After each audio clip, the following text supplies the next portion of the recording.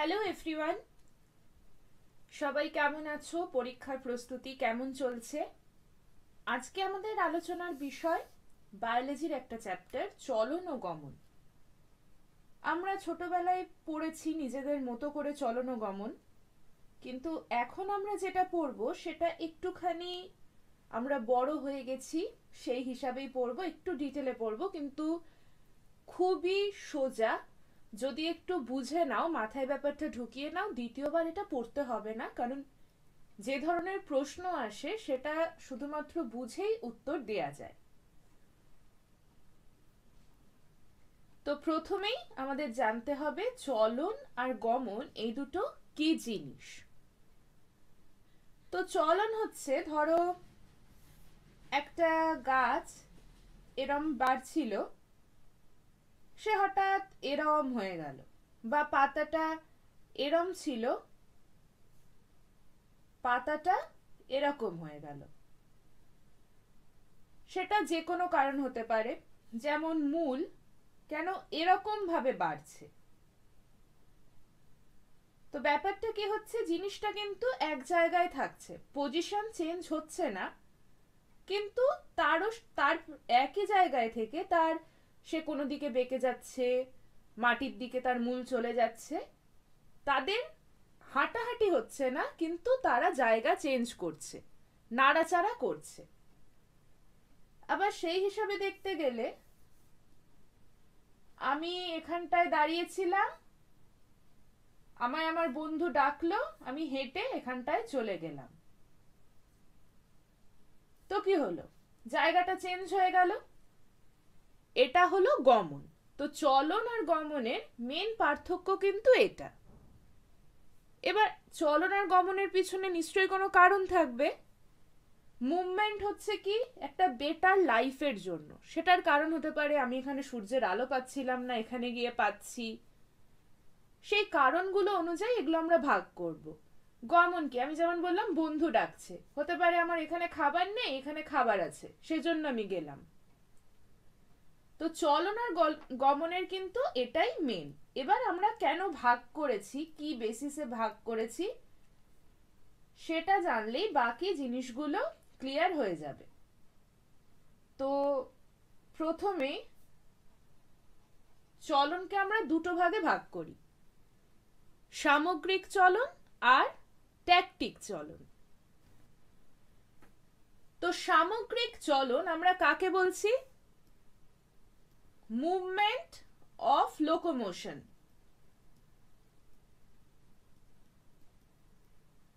সামগ্রিক চলনটা কেন হচ্ছে?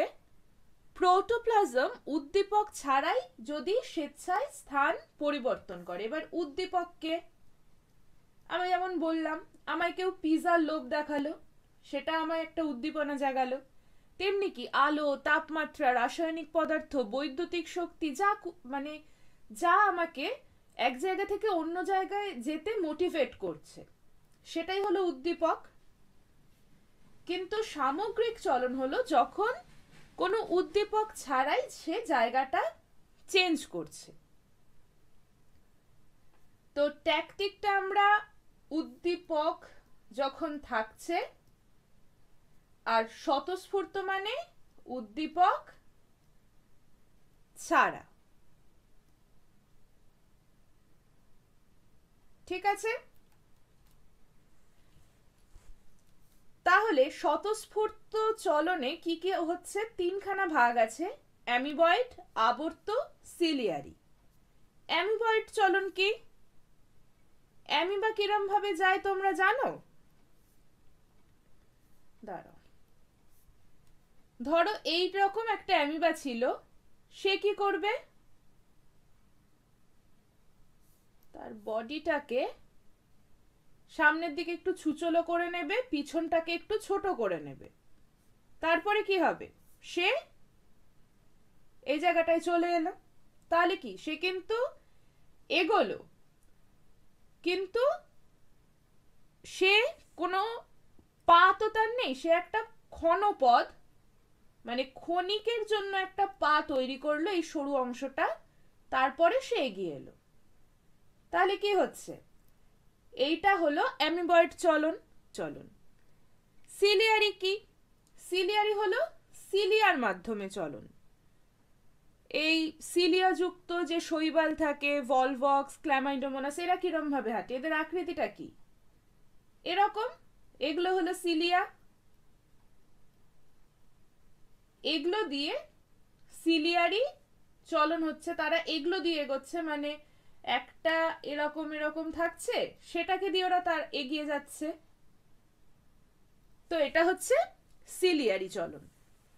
এবার হলো আবর্ত।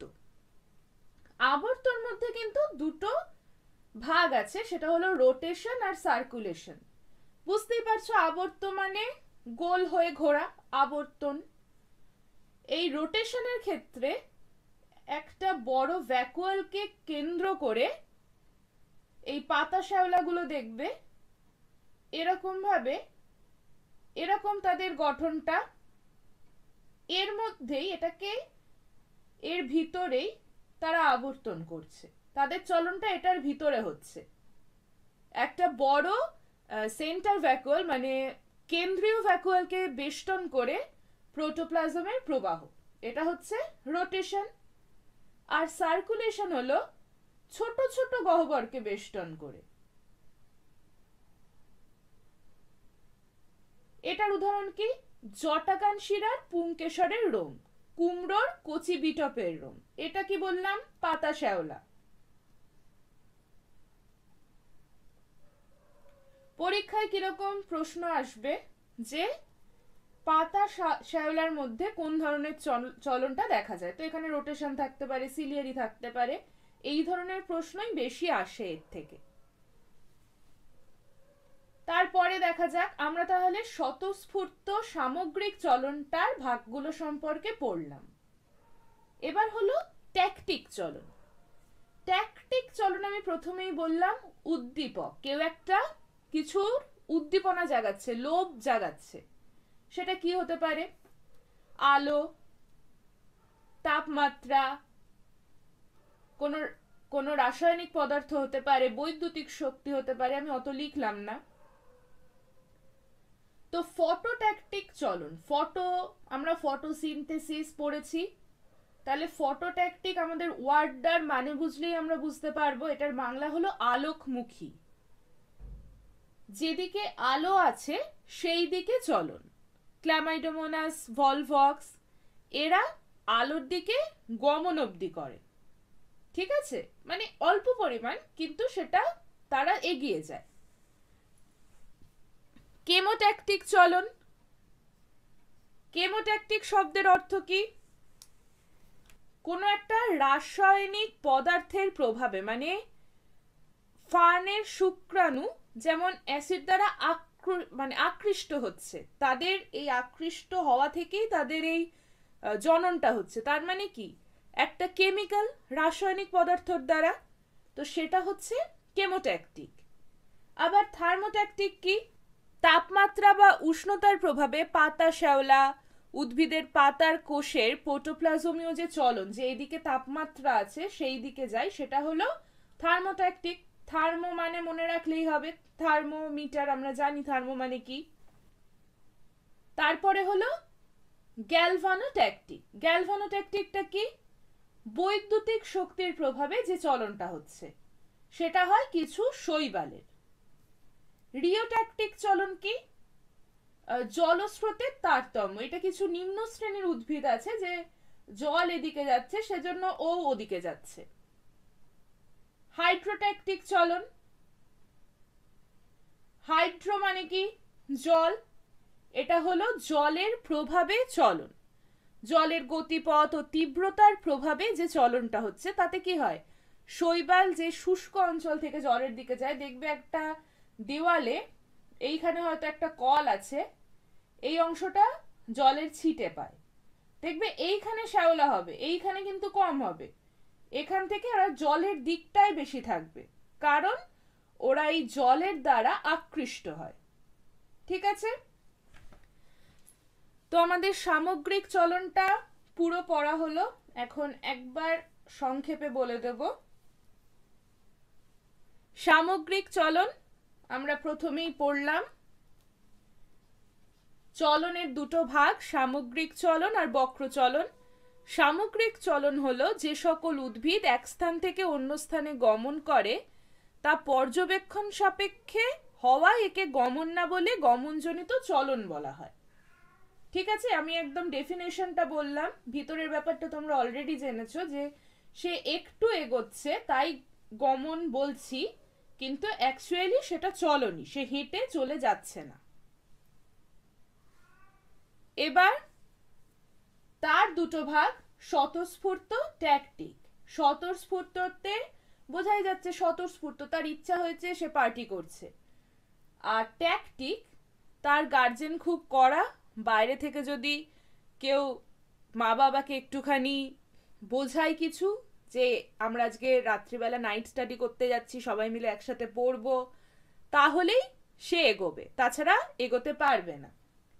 তো এখানে উদ্দীপক লাগবে, এখানে উদ্দীপক লাগবে না। সামগ্রিক চলনের দুটো ভাগ, স্বতঃস্ফূর্ত আর ট্যাকটিক। আবার স্বতঃস্ফূর্তর তিনটে ভাগ, অ্যামিবয়েড, আবর্ত, সিলিয়ারি। এখানে অ্যামিবয়েড মানে অ্যামিবা মনে রাখলেই হবে, যে ঘনপদ গঠন করে, আর সিলিয়ারি বুঝতেই পারছো, যার সিলিয়া আছে। আরেকটা হলো আবর্ত। আবর্তর মানেই হলো সেটা একটা জায়গার মধ্যে ঘুরে ঘুরে হাঁটছে, তো সেটাতে রোটেশন আর সার্কুলেশন। রোটেশন হয় পাতা শ্যাওলার, সার্কুলেশন হয় জটাকান শিরার, পুংকেশরের রোম, কুমড়োর কচি বিটপের রোম। আবার ট্যাকটিকের ভাগ আছে, ফটোট্যাকটিক। ফটো মানেই হলো আলো, আলোর উদ্দীপকের প্রভাবে, ক্ল্যামাইডোমোনাস, ভলভক্স। কেমোট্যাকটিক, রাসায়নিক পদার্থের প্রভাবে, সসের শুক্রাণু ইক্ষু শর্করা, ফানের শুক্রাণু অ্যাসিড দ্বারা আকৃষ্ট হচ্ছে। থার্মোট্যাকটিক, তাপমাত্রা যেখানে পাচ্ছে সেই দিকে যাচ্ছে, ক্ল্যামাইডোমোনাস, পাতা শ্যাওলা উদ্ভিদের সামগ্রিক চলন। গ্যালভানোট্যাকটিক, কিছু শৈবাল বৈদ্যুতিক শক্তির প্রভাবে তাদের চলন হচ্ছে। রিওট্যাকটিক, জলস্রোতের তারতম্যের প্রভাবে কিছু নিম্ন শ্রেণীর উদ্ভিদ। হাইড্রোট্যাকটিক, জলের প্রভাবে শ্যাওলা, কিছু শৈবাল। ঠিক আছে, এটা আমাদের সামগ্রিক চলন হলো। এবার চলে আসি বক্র চলনে। এখানেও দেখো আমাদের স্বতঃস্ফূর্ত আছে, স্পন্টেনিয়াস আর আবিষ্ট। আবিষ্টর অনেকগুলো ভাগ, সেগুলো আমরা পরে পড়ছি। এবার হলো পরিবর্তনজনিত আর বৃদ্ধিজনিত। পরিবর্তনজনিত মানে কি? কোষের রসস্ফীতির হ্রাস বৃদ্ধির ফলে ঘটে। মানে একটা এক্সাম্পল দিই, যে তিনটি ফলকের দুপাশে দুখানা ফলক পর্যায়ক্রমে ওঠানামা করছে, কারণ কোষের সেদিকে রসস্ফীতি ঘটেছে, সেজন্য যখন এটা ওঠানামা করছে, কখনো এরকম থাকলো, কখনো এরকম থাকলো, জায়গাটা চেঞ্জ হচ্ছে, তো এটা হলো পরিবর্তনজনিত চলন বা প্রকরণ। আর বৃদ্ধিজনিত কি? উদ্ভিদের বর্ধনশীল অঙ্গের বিভিন্ন পার্শ্বে, মানে একটা গাছ এরকম ভাবে বাড়ছে, তার মানে কি? তার তো বৃদ্ধি হচ্ছে। বৃদ্ধি হচ্ছে মানে তার চলনও হচ্ছে, জায়গার পরিবর্তন হচ্ছে, তার নাড়াচাড়া হচ্ছে। এটা কি? রোহিণী ও বল্লী জাতীয় উদ্ভিদ। এবার এই বৃদ্ধিজনিত চলনেরও অনেকগুলো ভাগ আছে। এটাকে বাংলায় বলে বলন, পরিবলন, হাইপোনাস্টি, এপিনাস্টি। তো নিউটেশন হলো বর্ধনশীল কাণ্ডের আঁকা বাঁকা চলন। তুমি যদি অপরাজিতা গাছ দেখে থাকো, দেখবে আঁকা বাঁকা যেদিকে খুশি এগোয়, এটা হলো বলন। আর পরিবলন হলো কুমড়ো গাছ দেখেছো বা উচ্ছে গাছ, আমরা সেই মাচা করে দিই, সেই মাচাটাকে ধরে এরম ভাবে এগোতে থাকে। তার মানে কি? কোনো বস্তুকে বেষ্টন করে সাপের মতো সে এগোচ্ছে, সেটা হলো পরিবলন। তো উদাহরণগুলো মনে রাখবে, এটা যেমন অপরাজিতা শিম, এটা মটর, কুমড়ো, উচ্ছে, যাদের আকর্ষ থাকে, সেই আকর্ষগুলোর যে চলন, যে এদিকে ধরলো আবার এখানে গিয়ে এখানে এটাকে ধরে বাড়ছে, সাপের মতো করে এগিয়ে চলছে। হাইপোনাস্টি কি? অগ্রভাগের কোষের পৃষ্ঠভাগের কোষ অপেক্ষা বেশি বৃদ্ধি। তুমি দেখো এই গাছটার এইখানটা যত না বাড়ছে, অগ্রভাগটা বেশি বাড়ছে, এটা হাইপোনাস্টি। এটা আমি এখান দিয়ে বোঝালাম, এটা কোষের ক্ষেত্রে। যেমন ফার্ন, কচি কলা পাতা, কচু পাতা জন্মাবার সময় কি গুটিয়ে থাকছে, এটা হাইপোনাস্টি। এপিনাস্টি হলো এই হাইপোনাস্টি যেটা, সেটার সম্পূর্ণ আলাদা। এটার পাতা গুটাচ্ছেন, এটার পাতা সোজা হয়ে থাকছে, এটা হলো এপিনাস্টি। হলো বক্রচলনের স্বতঃস্ফূর্তর যা ভাগ আছে সেটা আমরা পড়লাম। এবার যাওয়া যাক আবিষ্ট, ইনডিউসড।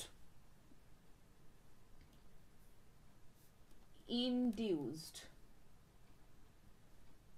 এর হলো ট্রপিক আর ন্যাস্টিক, মানে দিক নির্ণীত আর ব্যাপ্তি চলন। দিক নির্ণীত চলন বাইরের উদ্দীপকের দ্বারা তার গতিপথ প্রভাবিত হবে। সেই সেম জিনিস মাথায় রাখতে হবে। ফটোট্রপিক আলোর দ্বারা, জিওট্রপিক, জিওট্রপিক মানেই বুঝতে পারছো একটু ভূগোল আছে।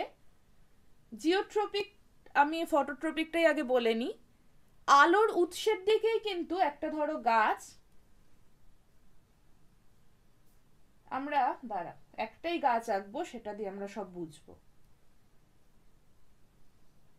এই গাছটার কান, এখানে একটা সূর্য এঁকে নি, হ্যাঁ এখানে আমার সূর্য আছে। এই গাছটার কাণ্ড এরম ভাবেই বেশি বাড়বে সূর্যের দিকে, তখন এটা হলো ফটোট্রপিক। আবার জিওট্রপিক কি? গাছটার মূলটা কিন্তু নিচের দিকে যাচ্ছে, তার মানে কি অভিকর্ষর দ্বারা। জিওট্রপিকটা ভূগোল মাথায় রাখবে। অভিকর্ষের কেন্দ্রের অভিমুখে যখন মূল বাড়তে থাকে সেটা হলো জিওট্রপিক। হাইড্রোট্রপিক কি? হাইড্রোট্রপিক হলো জলের জন্য। তুমি একটা গাছ পোতো, এখানটায় জল দিও না, এখানটায় জল দাও, দেখবে মূলগুলো সব এদিকে চলে গেছে। তাহলে কি জলের জন্য, জল আকৃষ্ট করছে, তার জল দরকার, সেজন্য সে এদিকে এগোচ্ছে। আর হাপ্টোট্রপিক, এটা হলো স্পর্শ নির্ণীত, মানে হলো তুমি তাকে স্পর্শ করলে তার এই জায়গাটা অন্যরকম হয়ে গেল, সে তোমার স্পর্শটা চায় না।